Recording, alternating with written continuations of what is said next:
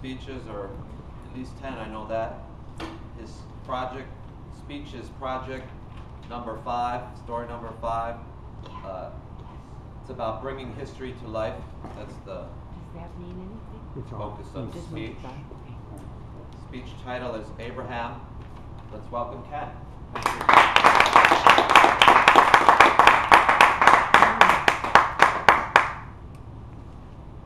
When you hear that the title of a historical speech is Abraham, who do you think of?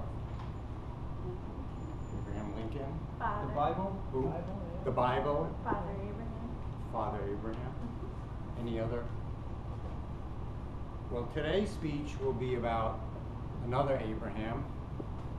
It's going to be about this Abraham. Now, it may be a little difficult for you to see, I understand that, but it's a young man, maybe about 30 years old, sitting kind of casually on a stump in a park with a cigarette, looking kind of cool and casual. Could be a person like myself. I can imagine myself posing like that for a photograph. Could be any one of you. This Abraham is Abraham Brzezinski, the brother of my grandfather. I know that because this photo came from a postcard that he had sent his brother, Harry Brzezinski, in New York. And probably Abraham Brzezinski is in a park in Poland because he stayed behind when Harry Brzezinski, my grandfather, immigrated to New York. But I had never heard anything about Abraham Brzezinski. I only found this postcard in a suitcase. When I was growing up, my grandfather, Harry Brzezinski, never mentioned his brother, Abraham. The only thing my grandparents ever said was that all their relatives were killed by the Nazis before the war. That was it. Now, to me, growing up in New York, I was born and raised in New York. My parents were born and raised in New York. So the relatives of my grandparents killed, well, those were foreigners in another country a long time ago, before the war. I mean, I knew it and heard about it, but I never could relate to it. It was statistics. You know, I heard about the 6 million Jews. Okay, I accepted that, but it was statistics. No one ever mentioned a real person to me. And it only started to become important to me when I began planning for a trip to Poland this summer. Now, I knew my grandparents came from Poland. This was my first trip, and I thought, well, this would be an opportunity to investigate the place where they came from. Have you ever had that desire to trace your roots? Has anyone done that? Done an ancestry? You have.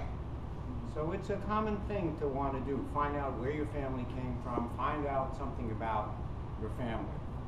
Now, I knew if I was going to search information about Abraham, it was not going to be a happy story because all the relatives of my grandparents were exterminated. But I wanted to know more. I wanted to ask him, what happened to you? How did you disappear? Why haven't I heard anything about you? So I began a search in preparation for my trip to Poland for people named Brzezinski who had lived before the war. Well, it turns out Brzezinski is a very common Polish name, and there'd be lists and lists and lists and lists of people. So then I narrowed my search down to sites that had the names of people who were exterminated during the war named Brzezinski. And those are pages and pages and pages of those. And then I found a site that's maintained in Israel called Yad Vashem, devoted to people killed in what they call the Shoah, which is another name for the Holocaust. And on that site, I put Brzezinski and the name of the town in Poland that I knew my grandparents had come from, Częstochowa. So I go to Częstochowa, Brzezinski, and sure enough, a long list comes up.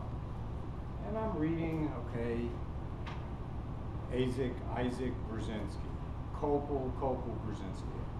I don't know these people. They're just statistics, more names. You know, somehow they might be related to me. I have no idea who they are. It's just like when I was a kid and I heard about all these relatives that were killed. I didn't know what they were. I'm reading Baltzir Brzezinski, Leon Ariel Brzezinski, Kopel Israel Brzezinski, Abraham Brzezinski. I found him. And I got goosebumps. Abraham Brzezinski, born 1899, Częstochowa, Poland. I pressed the button, call up the page.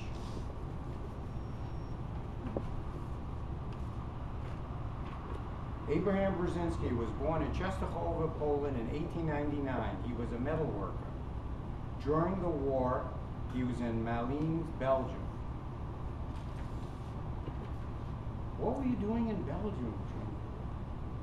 Mystery, another mystery. Deported with Transport 19 from Belgium to Auschwitz-Birkenau camp, January 15th, 1943.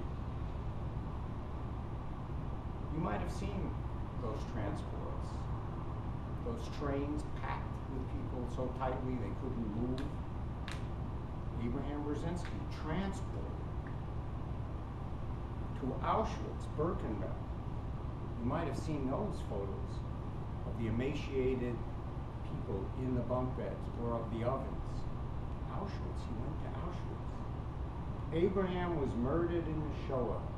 This information is based on a deportation list found in the list of Jews deported from Belgium. Suddenly, for me, all those stories about the Holocaust, about relatives killed, 6 million, people I didn't really know in a faraway country, somehow connected with me, somehow related to me, suddenly became a person with a face and a name, a real person in a transport, in a concentration camp. And now when I hear about some explosion in Afghanistan that kills 20 people, or some terrorist act in Iraq that kills 30 people, at first I still say, oh, statistics, people I don't know in a faraway country, I have no idea. And then I remember, in that group of 20 people, there are names, faces of people that mean something to the family. So perhaps the next time you hear of some kind of horrible event like that, with statistics in a faraway country where you might think it's somebody somewhere else, maybe you'll remember among that group there are people with names and faces like Abraham Brzezinski.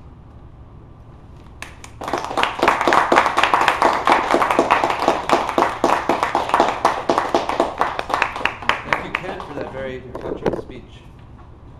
Our next speaker is Amy.